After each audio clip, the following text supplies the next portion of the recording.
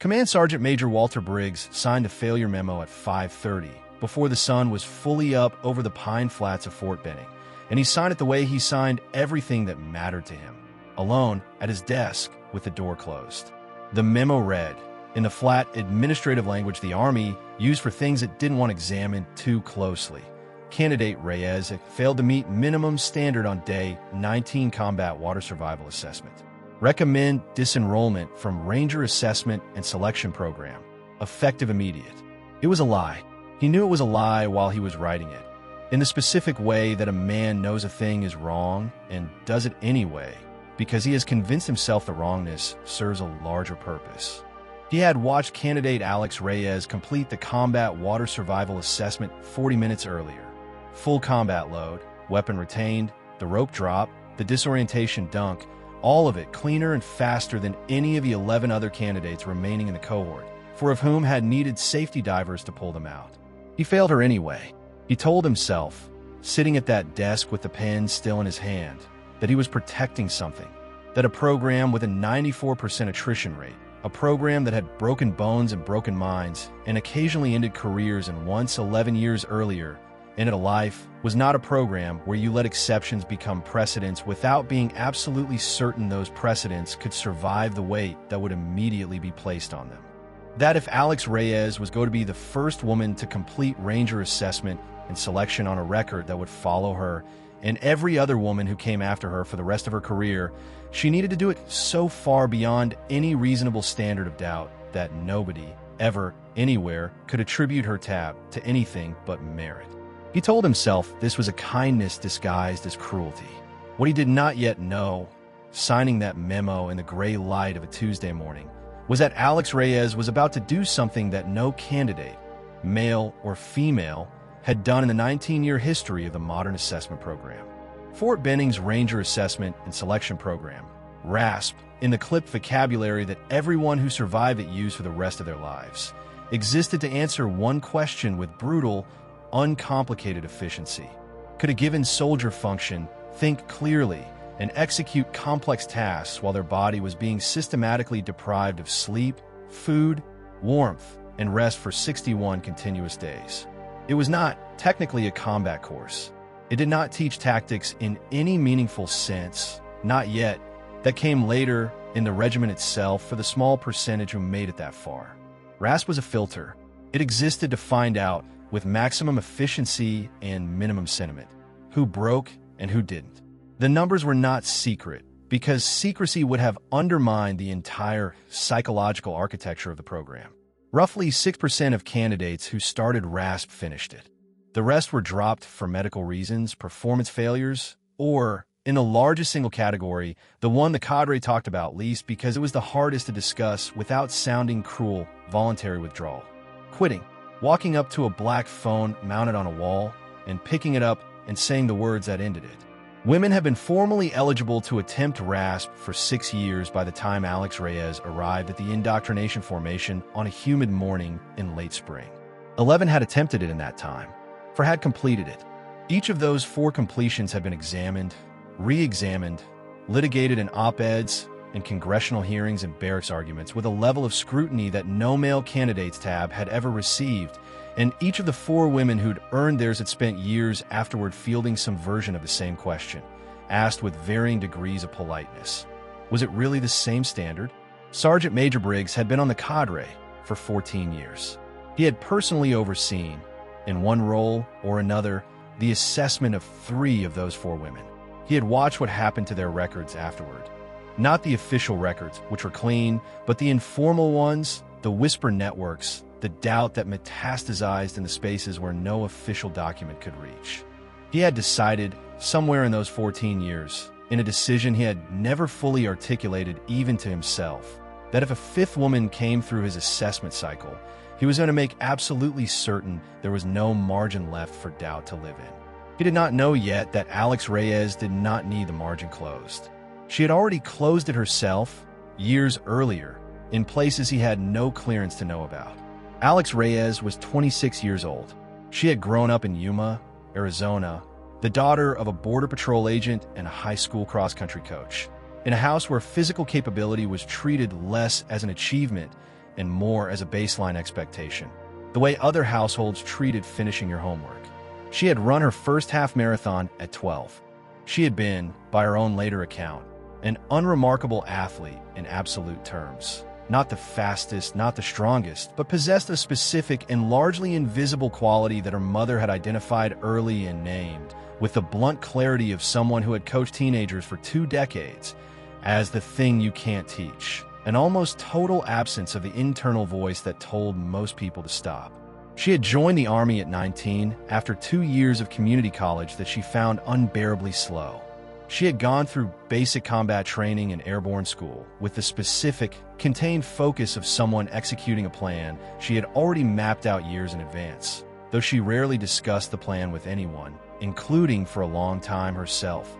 What was not in her official Army personnel file, what existed instead in a compartmented record that required a clearance most people at Fort Benning did not hold, was that Alex Reyes had spent the 4 years before RASP assigned to a classified Pathfinder and Special Reconnaissance element, whose name did not appear on organizational charts available to the general public.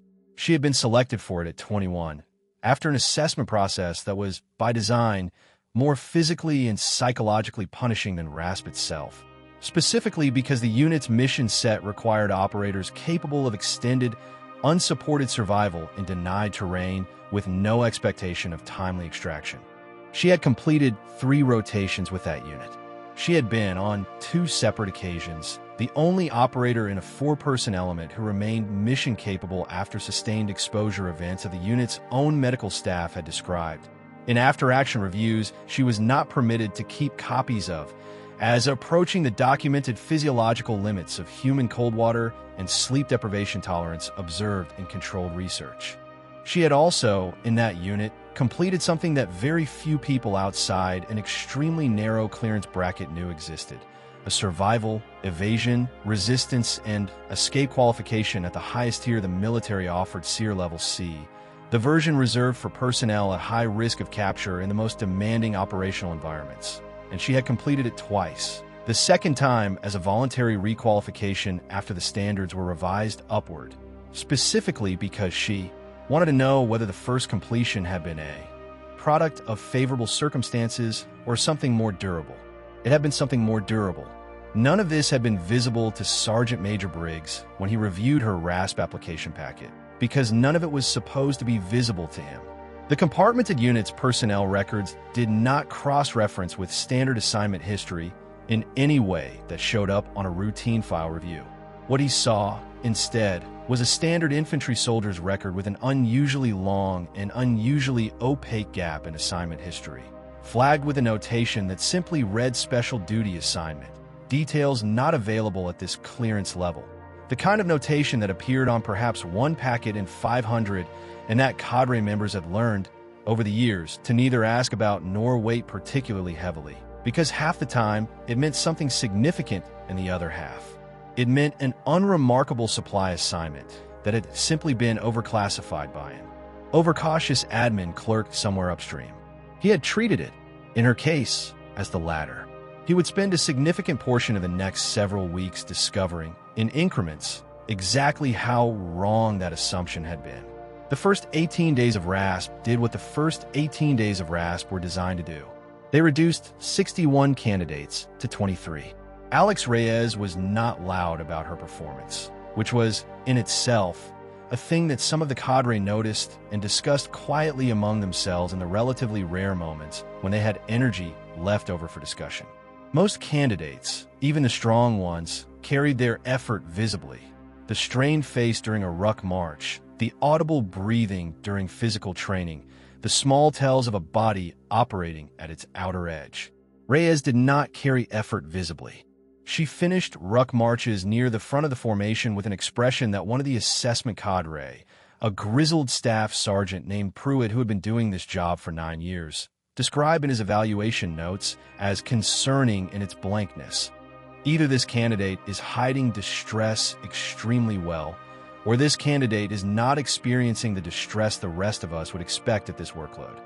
It was the second thing. Pruitt did not know this, because there was no mechanism by which he could have known it. He simply noted it, flagged it as worth watching, and moved on because RASP did not have the bandwidth for extended psychological speculation about any single candidate among 60. Briggs had been watching her more specifically than the rest of the cadre, for reasons he kept to himself. He had pulled her file 3 separate times in the first 2 weeks, each time staring at the special duty assignment notation a little longer, each time deciding it didn't matter, each time deciding it probably did matter, and he simply didn't have the clearance to know how. He found this irritating in a specific, personal way, not because he doubted her capability, which by day 10 was not seriously in doubt among anyone paying attention, but because he disliked making decisions about candidates with incomplete information. And an incomplete file on a candidate who was about to potentially become the 5th woman in history to earn a Ranger tab was not a situation he was comfortable with. He decided, by day 15, on the approach that would define the next 4 days.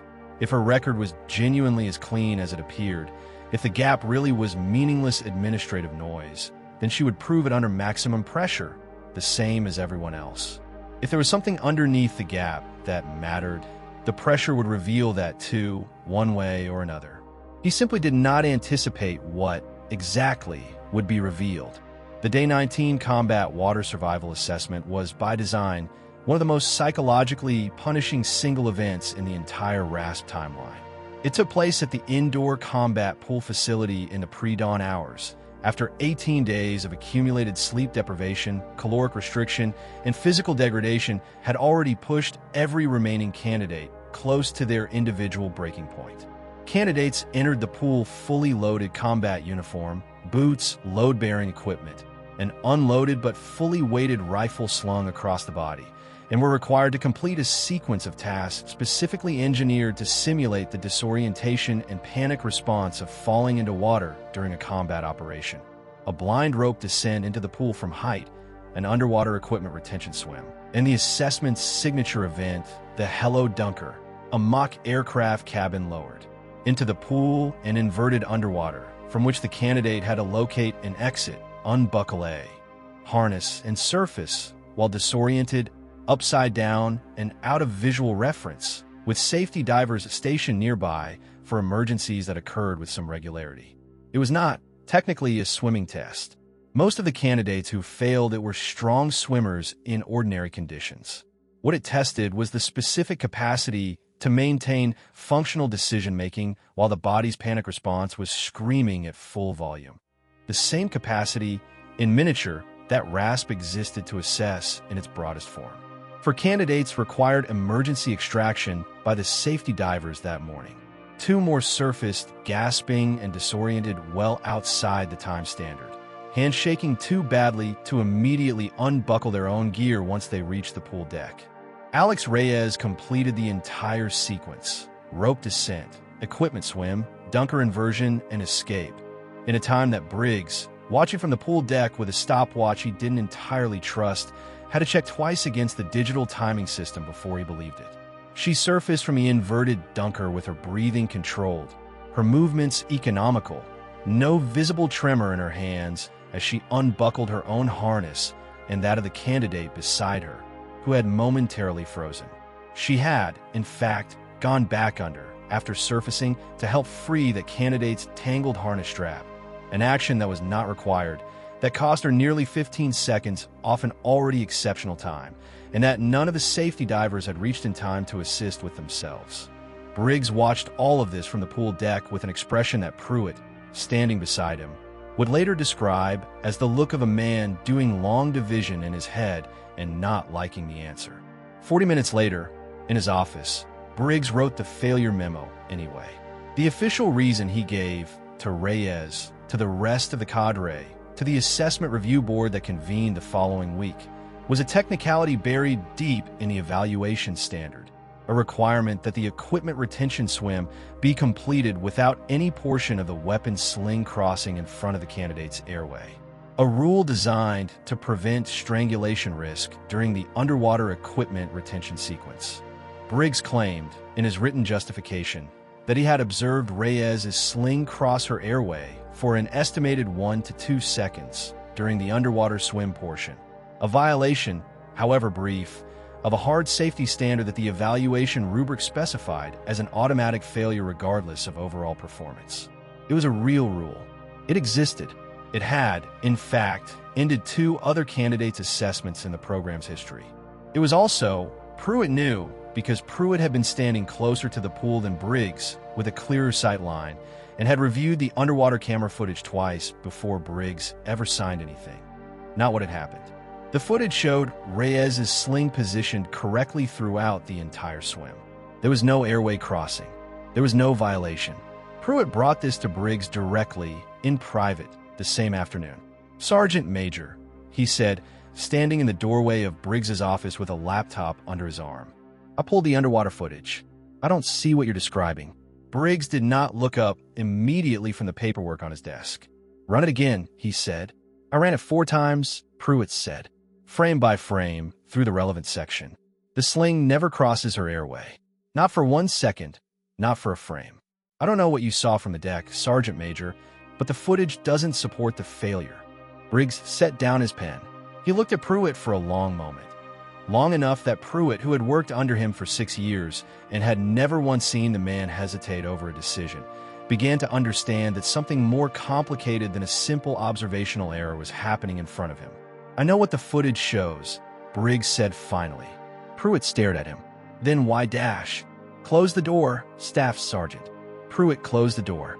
What followed was a conversation that Pruitt would later describe, in a private account he gave only once, years afterward, as the strangest 40 minutes of his career. A command sergeant major with 14 years on the assessment cadre explaining, in halting and visibly uncomfortable language, a theory of protection that even he seemed to understand as he said it aloud for the first time, sounded considerably less defensible spoken than it felt internally, alone at a desk at 0530 in the morning. "I've watched what happens to the ones who make it," Briggs said. "Every one of the 4 women who's earned a tab in this program's history has spent the rest of her career answering for it. Every promotion board, every assignment, every room she walks into for the next 20 years, somebody's going to be doing math in their head about whether she really earned it or whether somebody made it easier for her. I told myself, that if I made it harder, not easier, for the next one, if I found every possible reason to fail her unless her performance was so far beyond reasonable doubt that even the harshest critic couldn't touch it, I was protecting her. Protecting all of them. I told myself that was the kind thing." Pruitt said nothing for a moment. "Sergeant Major," he said finally, carefully, "with respect, that's not your call to make. It was never your call to make. She didn't ask you to protect her from a fight that's hers to have. You took something away from her that she'd already earned, based on a rule violation that didn't happen, because of a decision you made about her life that you had no right to make." Briggs was quiet for a long moment. Something in his face had shifted, not into agreement, not yet, but into the specific discomfort of a man hearing, out loud from someone else, a version of an argument he had been having with himself in private for 2.5 weeks, and losing. "I'll review the footage again," he said. "You already know what it shows," Pruitt said. He reviewed it again anyway, alone, after Pruitt left. He watched the underwater footage of Alex Reyes' equipment retention swim 7 times. He watched her sling stay exactly where it should stay, every single frame, the entire duration of the swim. He watched her surface from the Hello Dunker with her breathing controlled and her hand steady, and he watched her go back under to free another candidate's tangled strap, an action that cost her time and gained her nothing on paper, and he sat with that footage for a long time after he'd finished watching it. Then he did something he had not done in 14 years on the assessment cadre. He requested, through a back channel he still had from an earlier assignment, an expedited clearance review on Alex Reyes' compartmented service record, not to find a reason to fail her, this time, but because he had reached the specific point of discomfort where not knowing had become worse than whatever he might find out. The review came back 48 hours later, heavily redacted, but substantially more complete than anything that had crossed his desk before. He read it standing at his own filing cabinet, because he had not made it back to his chair before he started reading, and found, by the second paragraph, that he did not want to sit down for what was coming. He read about the classified reconnaissance unit. He read, in the careful, clinical language of an after-action summary, about the 2 extended exposure events and the documented physiological data the unit's medical staff had recorded. He read, with a specific and growing discomfort, the word SEER level C. Completed, first qualification, followed 18 months later by SEER level C. Completed, second qualification, voluntary RE assessment, revised standard. He sat down, finally, at his desk, the redacted file open in front of him, and understood with total clarity that the candidate he had failed that morning, on a fabricated technicality, to protect her from a doubt that he had now learned. With absolute certainty, she had already silenced years before he ever met her, had survived training environments that made the entirety of RASP. 61 continuous days of it. Look, by comparison, almost survivable. He had not protected her from anything. He had simply gotten in her way. The review board convened 4 days later, an emergency session called at Briggs's own request, an action that was, in the program's institutional memory, almost without precedent, a command sergeant major requesting review of his own evaluation decision. Alex Reyes was present in the same controlled, economical posture she had carried through every day of the preceding 19, sitting at the far end of the table with no visible reaction to the proceedings, her expression giving away nothing of what she might have felt about a decision that had, for days earlier, ended what she had assumed was her shot at a tab she'd spent years quietly working toward. Briggs spoke first before the board chair could open the session, in a voice that several people in the room would later describe as unlike anything they had heard from him before. Not defensive, not measured in the careful institutional way he usually spoke, but direct, almost raw. "I failed candidate Reyes on a fabricated safety violation," he said. "The underwater footage does not support the violation I cited. I want that on the record before anything else is discussed." The board chair, a full colonel named Esperanza, looked up sharply. "Sergeant Major, are you telling this board you knowingly entered a false evaluation?" "Yes, sir," Briggs said. The room was very quiet. "Why?" Colonel Esperanza said. "Would you do that?" Briggs was quiet for a moment, and when he answered, he looked directly at Alex Reyes, not at the colonel, as if the explanation belonged to her first and the board second. "I told myself I was protecting her from the doubt that follows every woman who's ever earned a tab in this program," he said. "I told myself if I made her prove it past any possible margin, nobody could ever question it. I was wrong. It wasn't my decision to make on her behalf, and the standard I held her to wasn't a real standard. It was a standard I invented because I was afraid of what people would say, and I let that fear make a decision that belonged entirely to her." He paused. "I also did not know, until I requested an expedited record review 48 hours ago, the full scope of candidate Reyes's prior service. I want that in the record as well, because it's relevant to understanding exactly how unnecessary my decision was." Colonel Esperanza turned to Reyes. "Candidate, do you have anything you'd like to add?" Alex Reyes was quiet for a moment. When she spoke, her voice had the same level, unhurried quality it had carried through 19 days of physical degradation that had broken 50 other candidates. "I don't need anyone's protection from doubt, sir," she said. "I've operated in places that don't leave room for doubt to survive very long. I came here because I wanted the tab on its own terms, not because anyone made it easier or harder than it should have been. If the sergeant major wants to make a different decision today, that's between him and this board. But I'd like the record to reflect that I passed the assessment I was given, the first time, on the terms it was actually administered under, not on a corrected version of events 4 days later." The room was silent again, differently this time. Colonel Esperanza looked at Briggs, then at Reyes, then back at the footage summary in front of her. "The footage will speak for itself," she said. "We'll review it formally today with the full board. If it shows what the sergeant major says it shows, candidate Reyes's Day 19 assessment will be reinstated as passed on the original date, with the original time standard on record, not amended, not asterisked. Passed. Full stop." The footage took 11 minutes to review. It showed exactly what Pruitt had already told Briggs it would show.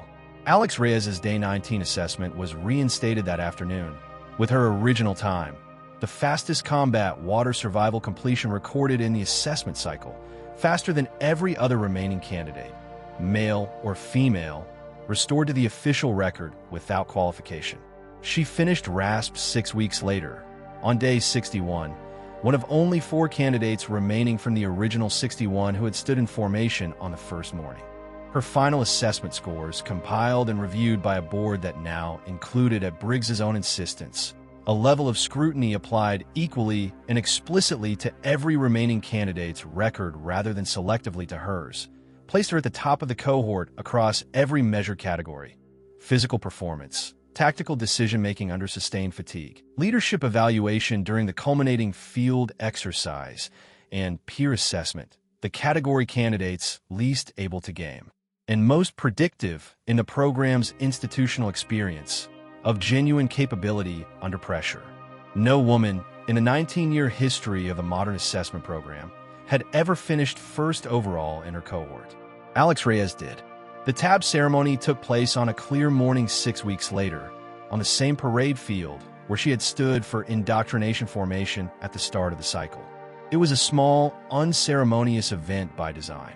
RASP did not believe in grand spectacle, on the theory that the 61 days that preceded it were the only ceremony that mattered, and that anything performed afterward risked cheapening what had actually been earned in the preceding 2 months.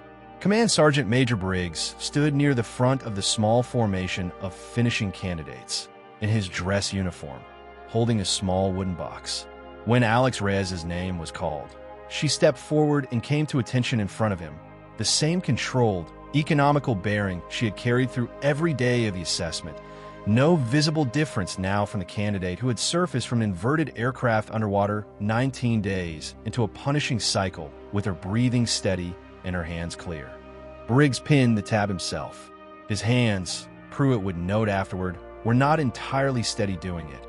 A small, private irony that nobody but Pruitt noticed, that the only unsteady hands on that parade field that morning belonged to the man pinning the award, not the woman receiving it.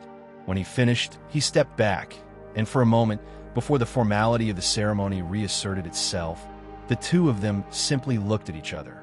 "I owe you a fuller apology than the one I gave the board," Briggs said quietly, beneath the formal proceedings continuing around them. "Not for the standard. It should be hard for everyone. What I owe you an apology for is deciding, on your behalf, that you needed something the standard didn't already provide." "I know," Reyes said. There was no edge in it. It was simply accurate the way she said most things.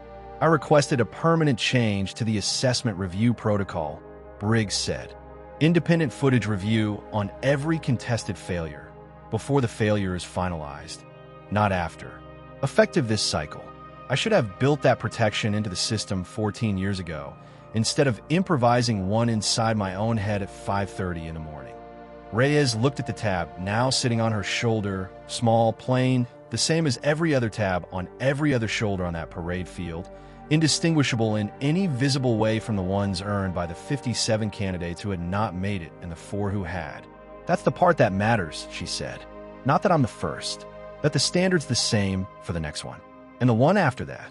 Briggs looked at her for a long moment, and something in his face, the same discomfort Pruitt had watched cross it in his office 4 days after the failure memo, now resolved into something steadier, settled into what might, in a man less careful with his own expressions, have been called pride.